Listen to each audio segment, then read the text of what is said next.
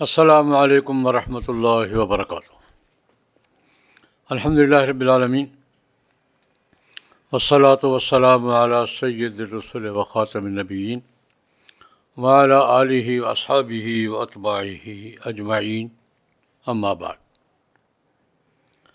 گزشتہ گفتگو میں قرآن پاک کے تعارف پر، موضوع پر اور ایجنڈے پر چند باتیں تمہیدی طور پہ عرض کی تھیں۔ اس بات کو آگے بڑھاتے ہوئے آج قرآن پاک کی تشریح، تفسیر، اس کے حوالے سے چند باتیں اسی لہجے میں عرض کروں گا کہ قرآن پاک کی تشریح، تفسیر، وضاحت کی اتھارٹی کون ہے اور کس کا حق ہے کہ قرآن پاک کی وضاحت کرے۔ کوئی بات سمجھ میں نہ آ رہی ہو تو تشریح کرے۔ حق اور اتھارٹی دونوں قرآن پاک کی تفسیر میں کون ہے؟ اس پر پہلی بات بطور اصول کی عرض کروں گا۔ مفسرین کرام فرماتے ہیں القرآن یفسر بعضہ بعضا، قرآن پاک خود آپس میں ایک دوسری آیات کی دوسری آیات تشریح کرتی ہے۔ قرآن پاک کوئی دفعتاً نازل ہونے والا کلام نہیں ہے، 23 سال میں نازل ہوتا رہا ہے۔ اس کے سینکڑوں مراحل ہیں۔ کہیں قرآن پاک نے اجمالاً بات کی ہے، کہیں تفصیلاً بات کی ہے۔ بہت سی باتیں ایک جگہ اجمال ہے، دوسری جگہ تفصیل ہے۔ تو اس لیے قرآن پاک کی کسی آیت کو سمجھنے میں اگر کوئی دقت پیش آ رہی ہے تو قرآن پاک میں اس موضوع کی دوسری آیات کو دیکھ کر قرآن پاک ہی سے تفسیر کریں گے۔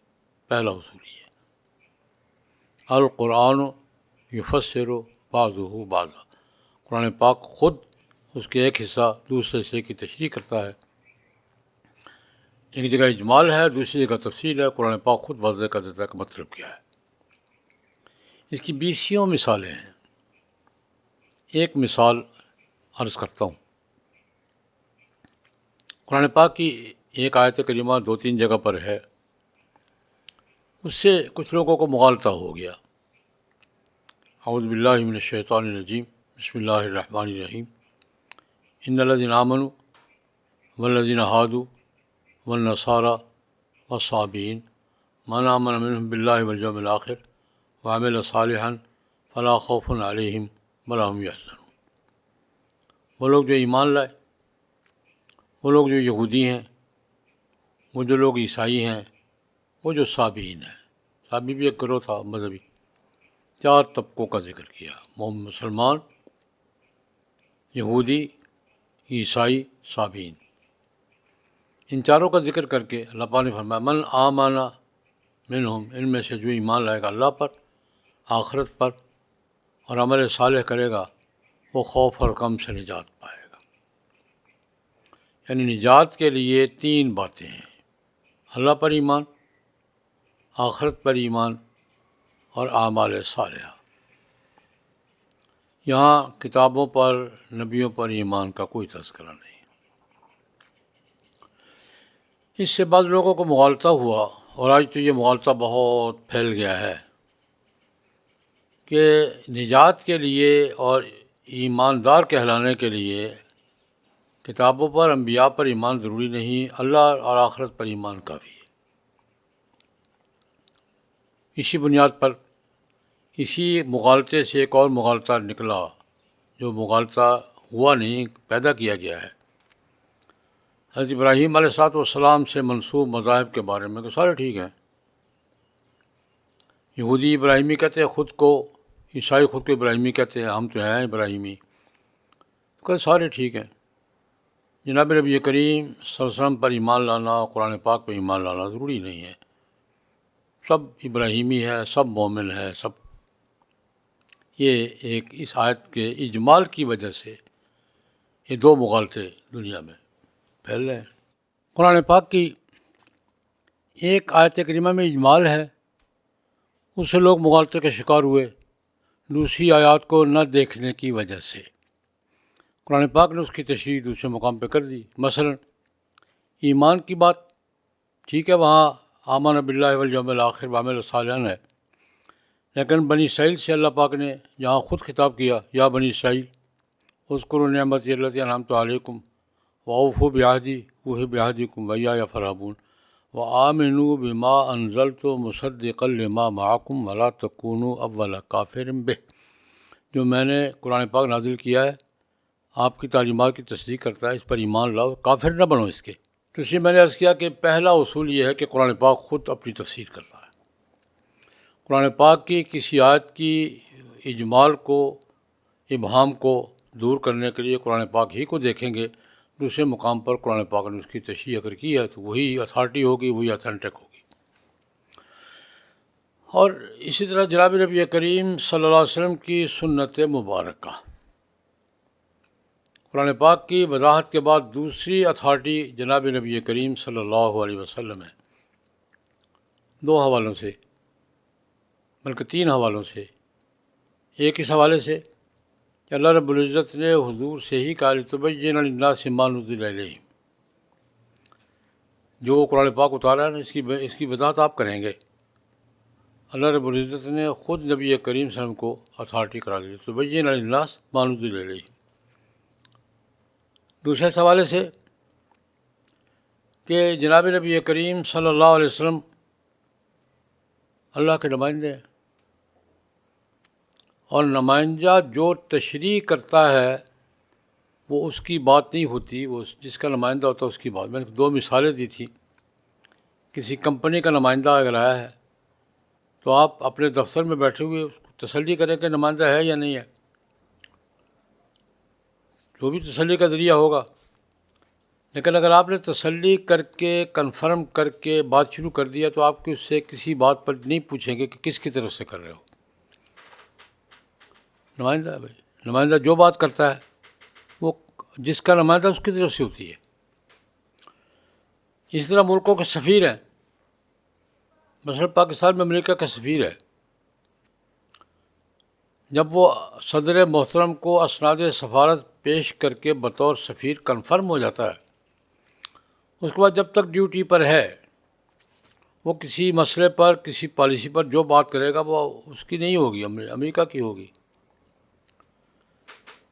اور اگلی بات بھی، کوئی مسئلہ پیش آیا ہے، اس نے اپنی حکومت سے پوچھ کر بات کی ہے تب امریکہ کی ہے، بغیر پوچھے کی ہے تب امریکہ کی۔ آپ یہ نہیں پوچھیں گے کہ پوچھ کے کی ہے۔ نمائندہ آپ کا اتنا ہی کام تھا کہ اسناد سفارت قبول کریں، کنفرم کریں اور بطور سفیر اس کا پروٹوکول دیں۔ اس کے بعد اس کی مرضی ہے، اس کی ثوابدید ہے یا اس کا مسئلہ ہے کہ پوچھ کے کر رہا ہے، بغیر پوچھ کے کر رہا ہے۔ وہ بطور سفیر کے جو بات کرتا ہے اپنی گورنمنٹ سے پوچھ کے کرتا ہے تب امریکہ کی ہے، پوچھے بغیر کرتا ہے تب امریکہ کی ہے۔ یہ میں نے عرض کیا کہ قرآن پاک کی وضاحت میں دوسری اتھارٹی جناب نبی کریم صلی اللہ علیہ وسلم کی ذات گرامی ہے، اور وہ اتھارٹی بھی اللہ کی طرف سے ہے۔ اللہ پاک نے خود قرآن پاک میں فرمایا ثم ان علینا بیانہ، ان علینا جمعہ و قرآنہ، آپ کے سینے میں محفوظ کرنا ہمارا کام ہے، آپ کی زبان سے قرات کروانا ہمارا کام ہے، اس کا بیان اور وضاحت آپ کو ڈیلیور کرنا یا میسج کرنا ہمارا کام ہے۔ تو میں نے پہلی بات یہ عرض کی تھی کہ قرآن پاک ایک دوسرے کی تشریح خود کرتا ہے، قرآن پاک کی تفسیر قرآن پاک سے تلاش کریں گے۔ اس پر میں نے ایک مثال دی تھی، وہ قرآن پاک آج کل کہتے ہیں کہ قرآن پاک پر ہم غور کریں گے اور ہم غور کر کے اس کا فیصلہ متعین کریں گے۔ اللہ پاک فرماتے ہیں نہیں، قرآن پاک کی تشریح قرآن خود کرے گا، یا جناب نبی کریم صلی اللہ علیہ وسلم جو تشریح فرمائیں گے وہ تشریح ہوگی، لفظ کا معنی بھی وہی بیان فرمائیں گے، حکم کا مقصد بھی وہی بیان فرمائیں گے۔ میں مثال دوں گا، قرآن پاک کی ایک آیت نازل ہوئی، اعوذ باللہ من الشیطان الرجیم، الذین آمنوا ولم یلبسوا ایمانہم بظلم اولئک لہم الامن وہم مہتدون۔ وہ لوگ جو ایمان لائے اور ایمان کے ساتھ ظلم کو خلط ملط نہیں ہونے دیا، ان کے لیے نجات ہوگی، وہ ہدایت پر ہے۔ ہدایت اور نجات کے لیے ایمان کے ساتھ ظلم کا التباس نہ ہو۔ اب ظلم تو آدمی کچھ نہ کچھ کرتا ہی ہے۔ ظلم کا عام مفہوم کیا ہے؟ ایک دوسرے کے ساتھ حق تلفی وہ انسان کرتا ہے۔ صحابہ کرام پریشان ہو گئے۔ یہ آج بخاری کی روایت ہے، یہ بڑی سخت شرط ہے۔ اگر ایمان کی قبولیت کے لیے ظلم کا ساتھ نہ ہونا شرط ہے تو کون اینا لم یظلم یا رسول اللہ؟ صحابہ نے عرض کیا یا رسول اللہ، ہم میں سے کون ہے تھوڑی بہت زیادتی نہیں کرتا وہ؟ یہ مغالطہ کیوں پیدا ہوا کہ ظلم کا معنی وہی سمجھے جو عام معروف معنی تھا۔ نبی کریم صلی اللہ علیہ وسلم نے فرمایا نہیں بھائی، ظلم کا وہ معنی نہیں جو تم سمجھو۔ یہاں ظلم سے مراد وہ ہے جو لقمان علیہ السلام نے بیٹے سے کہا تھا، یا بنی لا تشرک باللہ ان الشرک لظلم عظیم۔ یہاں ظلم، لفظ ظلم کا ہے، معنی شرک ہے۔ اب قرآن پاک کے ایک لفظ کا عمومی معنی اور ہے، حضور اور معنی کر رہے ہیں۔ اتھارٹی وہی ہے جو حضور نے فرمائی ہے۔ پھر جناب نبی کریم صلی اللہ علیہ وسلم کی حدیث و سنت اتھارٹی ہے قرآن پاک کے فہم میں، وضاحت میں۔ اس کے بعد قرآن پاک کی وضاحت کی اتھارٹی کون ہے؟ کسی بھی بات کا مفہوم اس کے پس منظر میں سمجھا جاتا ہے، کس بیک گراؤنڈ میں بات کی تھی۔ یہ آج بھی کامن سینس کی بات ہے۔ کہاں بات کی تھی، کس ماحول میں بات کی تھی، کس گراؤنڈ میں بات کی تھی۔ کسی بات کا پس منظر اس کا معنی بیان کرتا ہے۔ پس منظر بدل جائے تو معنی بدل جاتا ہے۔ ہم اس کو بیک گراؤنڈ کہتے ہیں، پس منظر کہتے ہیں، اور تسلیم کرتے ہیں سارے کہ بات کا صحیح مطلب اس کے پس منظر کو سامنے رکھ کر ہی طے ہوگا، ورنہ نہیں ہوگا۔ مفسرین اس سے شان نزول کہتے ہیں۔ کہاں نازل ہوئی تھی، کیسے نازل ہوئی تھی، اس پر بھی بیسیوں مثالیں ہیں۔ میں ایک مثال عرض کروں گا۔ بعض حضرات کو مغالطہ ہوا کہ قرآن پاک نے ایک جگہ فرمایا ہے جہاں شراب کی حرمت کی بات کی ہے، 3-4 آیات ہیں۔ پہلی آیت ہے یا ایھا الذین آمنوا انما الخمر والمیسر والانصاب والازلام رجس من عمل الشیطان۔ شراب جوا گندگی ہے یار، شیطانی کام ہے، چھوڑ دو۔ اگلی آیت میں حکمت بیان کی ہے انما یرید الشیطان ان یوقع بینکم العداوۃ والبغضاء فی الخمر والمیسر ویصدکم عن ذکر اللہ وعن الصلاۃ۔ شراب اور جوئے کے ذریعے شیطان تمہیں لڑاتا ہے، اللہ کے ذکر سے غافل کرتا ہے، نماز سے غافل کرتا ہے، دشمنی پیدا کرتا ہے۔ یہ حکمت بیان کی ہے۔ اگلی آیت میں تاکید ہے اطیعوا اللہ واطیعوا الرسول۔ اس سے اگلی آیت یہ ہے لیس علی الذین آمنوا وعملوا الصالحات جناح فیما طعموا۔ وہ لوگ جو ایمان لائے، عمل صالح کیے، ان پہ کوئی حرج نہیں اگر چکھ چکھ لیے تو۔ ترجمہ یہی ہے اور ترتیب بھی یہی ہے۔ لیس علی الذین آمنوا وعملوا الصالحات جناح فیما طعموا۔ وہ لوگ جو ایمان لائے، عمل صالح کیے، کوئی حرج نہیں اگر چکھ چکھ لے تو۔ اس کا مطلب کبھی کبھی پی جا سکتی ہے، ظاہری معنی تو یہی ہے اس کا۔ یہ مغالطہ تھا۔ یہ دور کیا حضرت عمر رضی اللہ تعالیٰ عنہ کی خدمت میں ایک مقدمہ پیش ہوا۔ مقدمے میں ایک صاحب نے یہ تبھی فرمایا نہیں بھائی، نہیں، اس کا مطلب یہ نہیں ہے۔ جب شراب کی حرمت کا اعلان ہوا، حکم جاری ہوا، تو لوگوں کو یہ مغالطہ ہوا کہ جو لوگ پیتے پلاتے چلے گئے ہیں دنیا میں، ان کا کیا بنے گا؟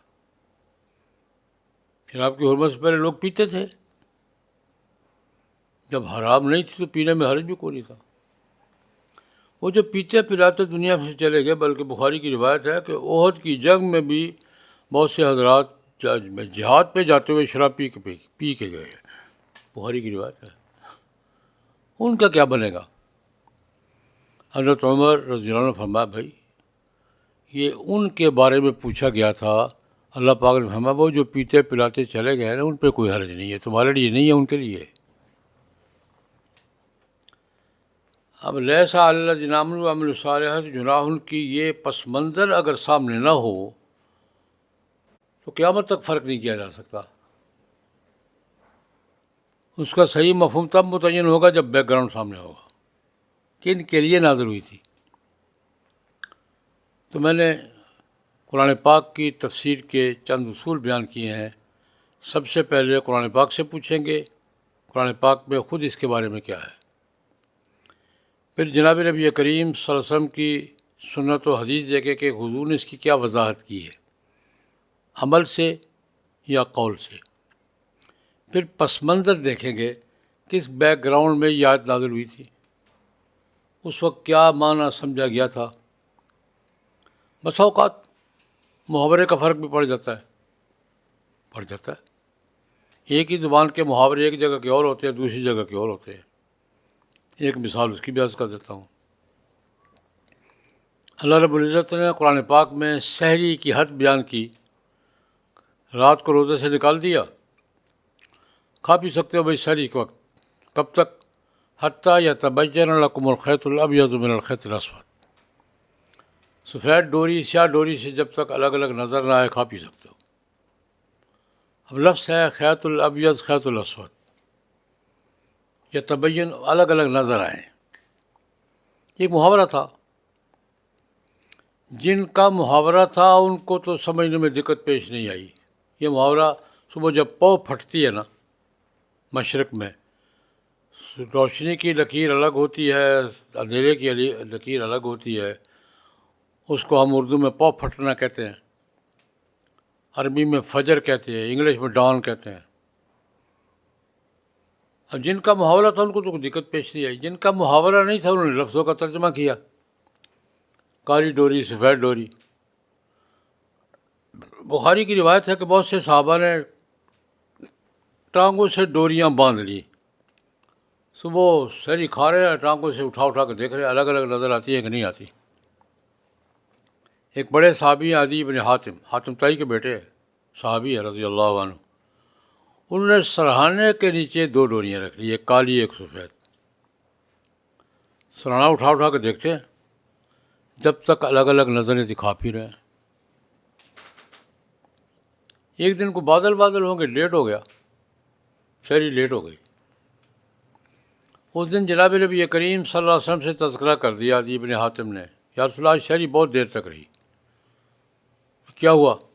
ڈوریاں الگ الگ نظر بہت دیر سے ہیں۔ کون سی ڈوریاں؟ وہ قرآن نے نہیں کہا الخیط الابیض من الخیط الاسود؟ حضور مسکرائے، ہمیں کیا کیا تم نے؟ یہ میں نے سراہنے کے نیچے رکھی ہوئی ہیں۔ حضور نے فرمایا اذن لوسادتک عریض یا عدی تیرا سراہنا اتنا چوڑا ہے، وہ ڈوریاں تیرے سراہنے کے نیچے آ گئی ہیں؟ وہ یہ ڈوریاں نہیں، وہ ڈوریاں۔ اب ایک محاورہ ہے، جن کی سمجھ میں نہیں آ رہا وہ اپنی مرضی سے عمل کر، حضور نے فرمایا نہیں۔ تو جناب نبی کریم صلی اللہ علیہ وسلم کا ارشاد یا حضور کا عمل، حضور کی وضاحت یا اتھارٹی ہے، اور بیک گراؤنڈ اتھارٹی ہے۔ یہ قرآن پاک کی تفسیر کے کچھ اصول ہیں، یہ نہیں کہ جو میں معنی سمجھ لوں وہ میرا معنی ہے، جو آپ سمجھ رہے ہیں آپ کا معنی ہے، جو امریکہ والے سمجھ رہے ہیں امریکہ کا معنی ہے، جو آسٹریلیا والے سمجھ نہیں۔ قرآن پاک جس طرح الفاظ متعین ہے، اس کا معنی مفہومی متعین ہے، اور اس کے اصول ہیں قرآن پاک خود، جناب نبی کریم صلی اللہ علیہ وسلم، اور وہ شان نزول، وہ بیک گراؤنڈ جو حضرات صحابہ کرام نے بیان کیا ہے۔ اس دائرے میں جو تفسیر ہوگی وہ اتھینٹک ہوگی، اور جو باقی ہوگی وہ خود ساختہ ہوں گی، ان کا اعتبار نہیں ہوگا۔